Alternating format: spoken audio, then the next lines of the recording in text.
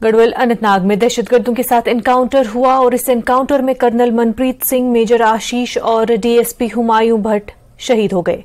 गढ़वाल के इलाके में छुपे दहशतगर्दों और सिक्योरिटी फोर्सेस के दरमियान बुध की सुबह तसादुम शुरू हुआ। हिंदुस्तानी फौज ने इसकी इतला दी। मुख्तलिफ सियासी रहनुमाओं ने इस दहशतगर्दाना हमले की मजम्मत की।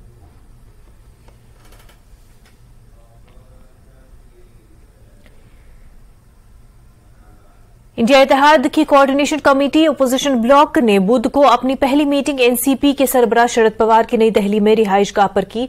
इजलास में अपोजिशन के 14 रुकनी कोऑर्डिनेशन पैनल के 11 रहनुमा मौजूद थे। राब्ता कमेटी ने सीटों की तकसीम के तयन के लिए अमल शुरू करने का फैसला किया। इजलास में फैसला किया गया कि रुकन जमातें बातचीत करके जल्द फैसला करेंगी।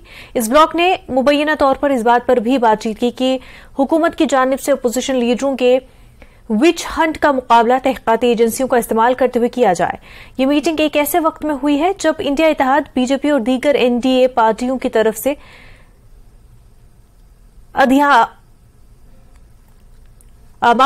स्टालिन के सनातन धर्म पर मुतनाज़ा तबसरे को लेकर काफी गर्मागर्म रही है। स्टालिन के बेटे ने जिस तरह से बयान दिया था सनातन धर्म को लेकर के, उसके बाद ही जो है बीजेपी हमलावर रही है। इंडिया इत्तेहाद को लेकर ही जराये के मुताबिक कई अपोजिशन पार्टियों के लीडरों ने सीटों की तकसीम के इब्तदाई फार्मूले की कोशिश की है ताकि इस बात को यकीनी बनाया जा सके कि लोकसभा सीटों पर बीजेपी के उम्मीदवारों के खिलाफ मुश्तरका वज़ीर-ए-आज़म अपोजिशन उम्मीदवार खड़ा किया जाए। मीटिंग के बाद मीडिया से बात करते हुए कांग्रेस जनरल सेक्रेटरी केसी वेणुगोपाल ने कहा कि इत्तेहाद की पहली अवामी मीटिंग अक्टूबर के पहले हफ्ते में भोपाल में होगी। The coordination committee decided to start the process for determining the seat sharing. It was decided that the member parties will hold the talks and decide at the earliest. The committee decided to hold joint public meetings in different parts of the country. The first public meeting will be held at Bhopal in the first week of October in the issue of rising prices, unemployment and corruption of BJP government. The parties present in the meeting agreed to take up the issue of caste census. The coordination committee authorized the subgroup of media to decide upon the names of the anchors on whose shows none of the India parties will send their representatives. काबीना ने प्रधानमंत्री उज्ज्वला योजना के तहत खवातीन को 75 लाख नए LPG connection फराहम करने का फैसला किया। मरकजी वजीर अनुराग ठाकुर ने मरकजी काबीना में लिए गए इस फैसले के बारे में जानकारी दी। उन्होंने कहा कि इस स्कीम पर तकरीबन 1650 करोड़ रुपए खर्च होंगे, जिसका बोझ मरकजी हुकूमत बर्दाश्त करेगी। और इसके अलावा मरकजी वजीर ने कहा कि काबीना ने ई कोर्ट मिशन मोड के तीसरे मरहले को भी मंजूरी दे दी है। गैस के जो एलपीजी के सिलेंडर के दाम है उसको कम किया था, 1100 रुपए से कम करके 900 रुपए कर दिए, 200 रुपए कम किए। और जो उज्ज्वला योजना के लाभार्थी हैं उनको 900 पे भी 200 रुपए की और छूट जो सब्सिडी के रूप में मिलती रहनी थी। अगर आप उज्ज्वला योजना की सफलता देखें तो दुनिया भर की बड़ी से बड़ी एजेंसीज ने भी, वर्ल्ड हेल्थ ऑर्गेनाइजेशन ने भी, इंटरनेशनल एनर्जी एजेंसी ने भी कहा कि कैसे महिलाओं के जीवन में एक बड़ा बदलाव आया। इससे पर्यावरण को भी बचाने का काम हुआ और महिलाओं के स्वास्थ्य में भी सुधार हुआ। 9 करोड़ 60 लाख रसोई गैस के सिलेंडर अब तक दिए जा चुके हैं उज्ज्वला योजना के अंतर्गत। और आज मुझे कहते हुए प्रसन्नता है कि 75 लाख मुफ्त एलपीजी के कनेक्शन अब और दिए जाएंगे मांग को देखते हुए, ताकि गरीब और जरूरतमंद महिलाओं को इसका लाभ मिल सके। और ई कोर्ट्स मिशन मोड प्रोजेक्ट के फेज 3 को लगभग 7,210 करोड़ रुपए की लागत से पूरा किया जाएगा। इन ई कोर्ट्स का उद्देश्य ऑनलाइन और पेपरलेस कोर्ट्स की स्थापना करना है, जिससे न्यायिक व्यवस्था को नागरिकों के लिए सुलभ, किफायती, विश्वसनीय और पारदर्शी बनाया जा सके।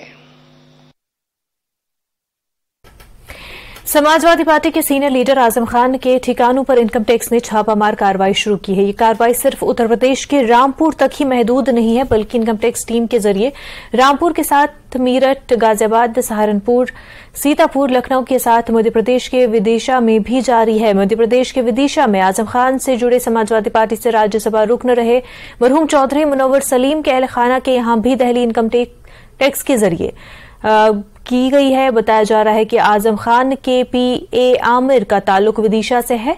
वो मरहूम चौधरी सलीम के भांजे हैं। चौधरी मुनव्वर सलीम समाजवादी पार्टी से राज्यसभा रुकन रहे हैं। 2019 में चौधरी मुनव्वर सलीम का इंतकाल हो चुका है।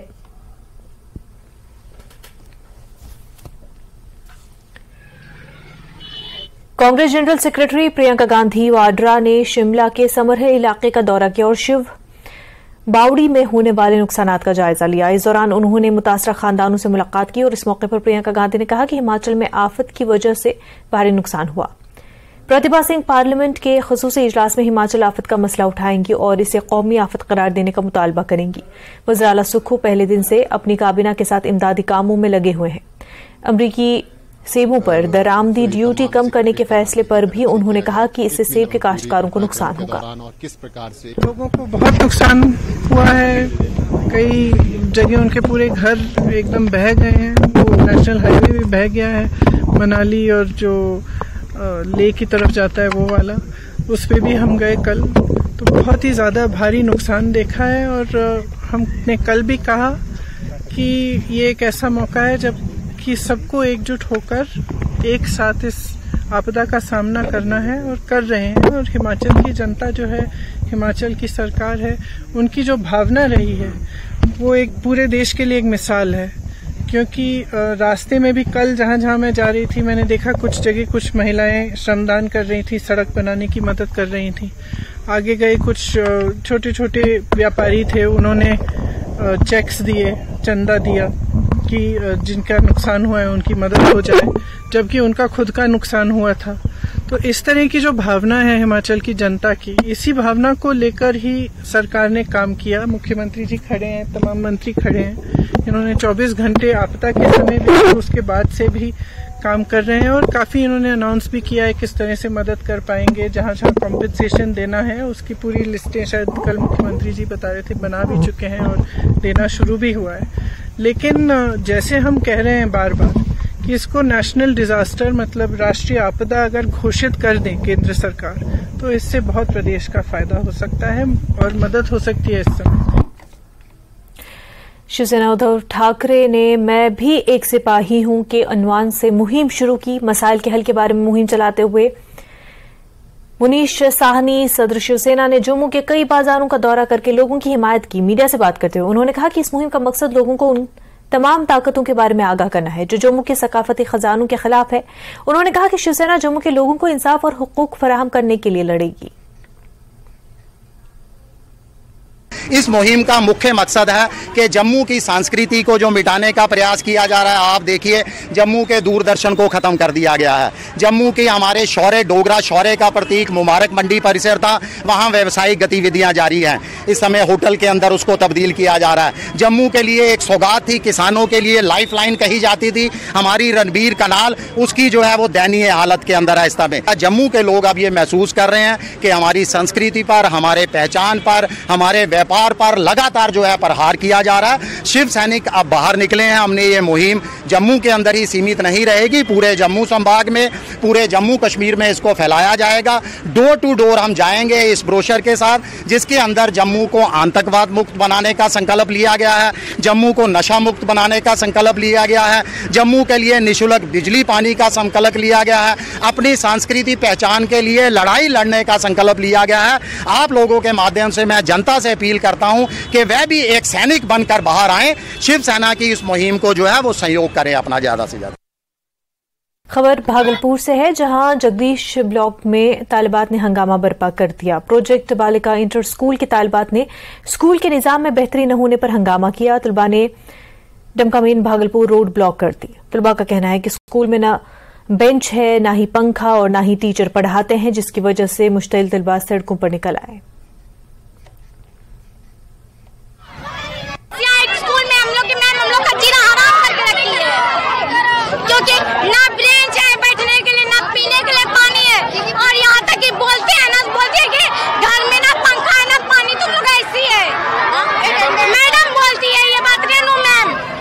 पढ़ाई लिखाई कैसा होता? कुछ भी नहीं होता, हम लोग जाते हैं एकदम बैठते हैं, चक्कर खा के लड़के लोग गिर जाते हैं, तक नहीं आती है, अरे बैठती है 6 तनख्वाह लगा के और फिर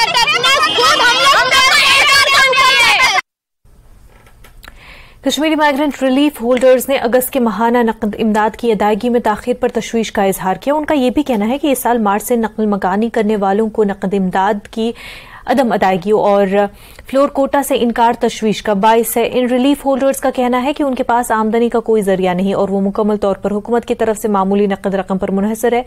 उनका कहना है कि इमदाद में ताखीर से वो अपने रोजमर्रा के अखराजात, खास तौर पर स्कूल जाने वाले बच्चों के अखराजात बर्दाश्त करने से कासिर है। इस मामले पर रिलीफ कमिश्नर माइग्रेंट के सुधा ने इंकशाफ किया कि कुछ तकनीकी मसला था जिसे हल कर लिया गया। उन्होंने कहा कि अदायगी जारी कर दी गई है और तमाम रिलीफ होल्डर्स को कल शाम तक अदायगी मिल जाएगी। जिन लोग इन्हीं 13,000 रुपये दवाएं हैं, उनको खर्चे हैं, उनको महीने के बाद दवाई वाले को पैसा देना है, राशन वाले को पैसा देना है। जो रिलीफ होल्डर बच्चों को स्कूल में पढ़ा रहा है उन्होंने बच्चों का फीस भरना है। रिलीफ टाइम पे ना मिलने से जो बच्चे हमारे हैं हमको लेट फीस भरना पड़ता है। वहाँ पे हम एलजी प्रशासन से ये निवेदन करना चाहते हैं, रिक्वेस्ट करना चाहते हैं, गुजारिश करना चाहते हैं कि जो रिलीफ है हमारा, ये हमें 1 तारीख को हमारे अकाउंट में आना चाहिए ताकि हम अपने बच्चों का फीस भरें। सर मुश्किलें तो बहुत ही है जिनकी कोई मतलब हम दास्ता बयान नहीं कर सकते हैं कि एक रिलीफ होल्डर जिसका कि पूरा इसी 13,000 पे निर्भर है, जो भी 4 फैमिली या 4 फैमिली से ज़्यादा है, चाहे 2 फैमिली वाला तो उसको तो 6,000 कुछ ही समथिंग ही मिलता है। और आज 13 तारीख हो गई और रिलीफ का अभी कोई नाम निशान नहीं है। अभी हमने कल भी अकाउंट सेक्शन से पता किया था कि वो कह रहे हैं कि जो बैंक की में एडवाइस हमने भेजी थी वो एडवाइस भी वापस आई है कि सारा जो प्रोसेस है ऑनलाइन है और आप खुद भी चेक कर सकते हैं कि तो ये डीबीटी है तो इसमें डिले तो हो ही नहीं सकता। ठीक है, नावल तो ये बात है। और ऐसा जो कह रहे हैं कि पिछले 4-5 महीने से डिले हो रहा है, तो किसी महीने में डिले नहीं हुआ है, लेकिन इस महीने में क्योंकि डीबीटी कोड हमारा चेंज हो गया था, उसकी मैपिंग में थोड़ा सा टाइम लग गया। वो फाइनेंस डिपार्टमेंट के साथ हम लोग लाइजन किए हुए थे और वो सॉर्ट आउट हो गया, कल शाम से भी सॉर्ट आउट हो गए और आज से तो पेमेंटें चली भी गई हैं। तो अभी जब हम आपसे बात कर रहे हैं तो अभी हमारी जो पहली अभी जो कुछ जोन्स की पेमेंट वो बैंक से चली भी गई है, उनके अकाउंट्स में भी चली गई है और ये सारा जो टेक्निकल इशू था वो सॉर्ट आउट हो गया क्योंकि पीएफएमएस डीबीटी का टेक्निकल इशू से ऑफलाइन तो हम भेज नहीं सकते हैं क्योंकि ऑफलाइन में हम वो सारा कुछ बंद हो गया है। वो सारी पेमेंट्स अब ऑनलाइन होती हैं और सारा ट्रांसपेरेंट वे में। मुमताज कश्मीरी पंडित लीडर आंजहानी टीकालाल टिपलू की कल 35वीं बरसी है और इस सिलसिले में बीजेपी यूनिट ने जम्मू में पार्टी हेडक्वार्टर पर एक तकरीब का एहतमाम किया। बीजेपी के कौमी जनरल सेक्रेटरी दुष्यंत कुमार गौतम, रविंद्र रायना और कश्मीरी पंडितों की एक बड़ी तादाद ने इस तकरीब में शिरकत की। वादी कश्मीर में दहशतगर्दी के दौरान शहदा को खराज अकीदत पेश किया। उन्होंने कहा कि कश्मीरी पंडित कश्मीर का हिस्सा है और उनकी वादी में वापसी मोदी हुकूमत की अवलीन तरजीह है। उन्होंने ये भी वादा किया कि अस्करियत पसंद के दौरान वादी कश्मीर में अक़लियतों और दीगर बेकसूर लोगों की तमाम हलाकतों की तहकीकात की जाएगी, दहशतगर्द को सजा दी जाएगी। दुष्यंत कुमार गौतम ने दावा किया कि अपोजिशन जमातें बेसमत हैं और उन्हें कुछ पता नहीं कि वो क्या करें। उन्होंने उमर अब्दुल्ला महबूबा मुफ्ती की इंडिया इत्तेहाद में शमूलियत पर भी तनकीद की।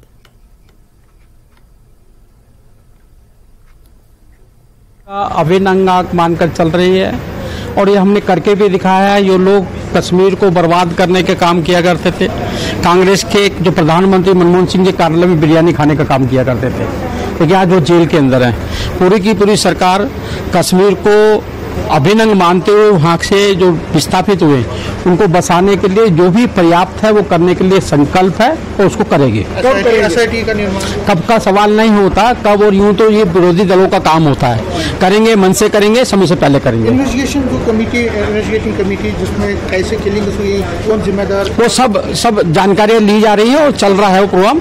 समय काल के अनुसार सब चीज चलेंगे। नाज़रीन, आपको एक बार फिर बता दें कि शहीद डीएसपी हुमायूं को बडगाम के इलाके हुमहामा में सुपुर्द खाक किया जाएगा। अगरचे उनका ताल्लुक पुलवामा के त्राल इलाके से है, लेकिन वो कई सालों से हुमहामा में मुकीम है।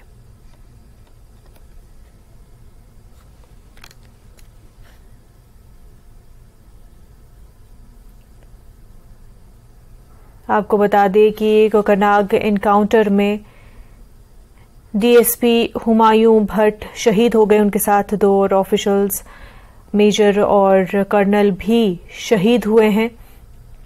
और आपको बता दें कि हुमायूं भट्ट को सुपुर्द खाक किया जाएगा। उनका ताल्लुक त्राल से है, लेकिन हुमहामा में उनकी आखिरी रसूमात अदा की जाएंगी।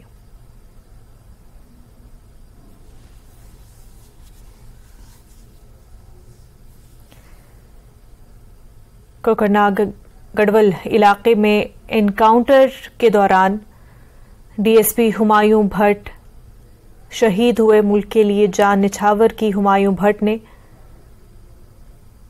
और हुमहामा में उनको सुपुर्द खाक किया जाएगा। हालांकि उनका आबाई मकाम त्राल है, लेकिन वो कई सालों से हुमहामा में रहते थे।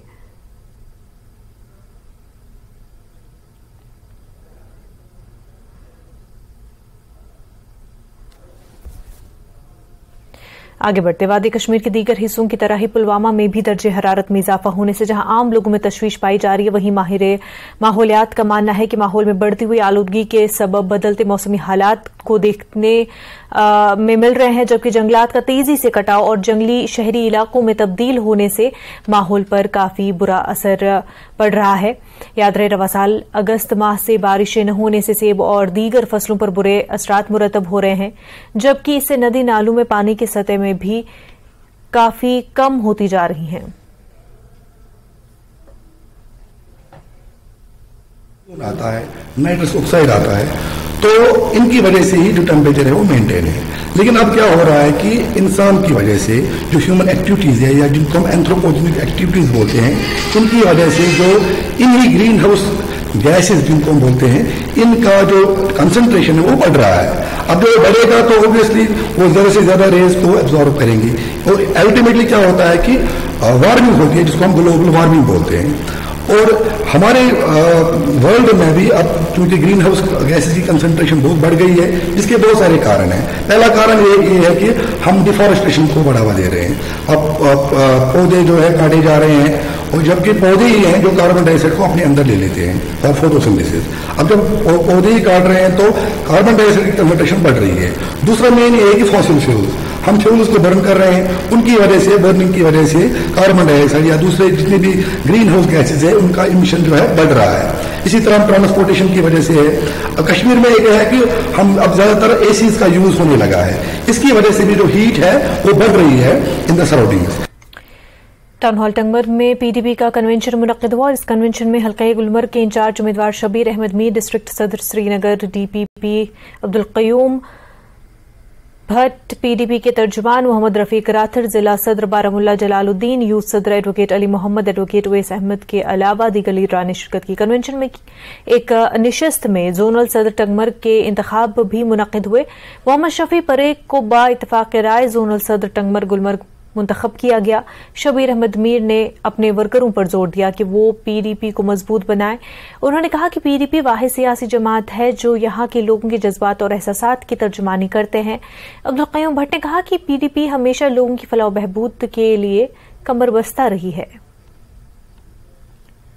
अलहमदा आपने यहाँ पर देखा कि हमारे मोहम्मद शफी परे साहब जो हमारे बड़े सीनियर रुकन रहे हैं पीपल्स डेमोक्रेटिक पार्टी के, आज उनको असाइन रिस्पॉन्सिबिलिटी और उनको बैठा के राय यहाँ पर जोनल सदर टंगमर्ग और गुलमर्ग कॉन्स्टिट्यूंसी से गुलमर्ग कॉन्स्टिट्यूंसी का जोनल सदर मुंतखब हुआ है। हम उनको मुबारकबाद देना चाहेंगे। और डेमोक्रेटिक पीपल्स डेमोक्रेटिक पार्टी की खसूसियत यह है कि यहाँ पर रियल डेमोक्रेसी है। हमें हुक्म मिला है कि जो भी इंतखाबात हों, चाहे वो पंचायत के हों, चाहे यूबीएल के हों, चाहे वो पार्लियामेंट के हों या असेंबली के हों, जो भी इंतखाबात होंगे पीपल्स डेमोक्रेटिक पार्टी बढ़ चढ़कर उसमें हिस्सा लेगी और जोरदार तरीके से हिस्सा लेगी। और हमने कहा है कि हम यहाँ के लोगों को रिप्रेजेंट करते हैं। जब हम रिप्रेजेंट करते हैं तो हम किसी भी इंतखाबात से दूर नहीं रह सकते। कांग्रेस के रियासती सदर वकार रसूलवानी ने अमरीकी सेब पर दरामदी टैक्स माफ करने पर मरकजी सरकार को आड़े हाथों लिया।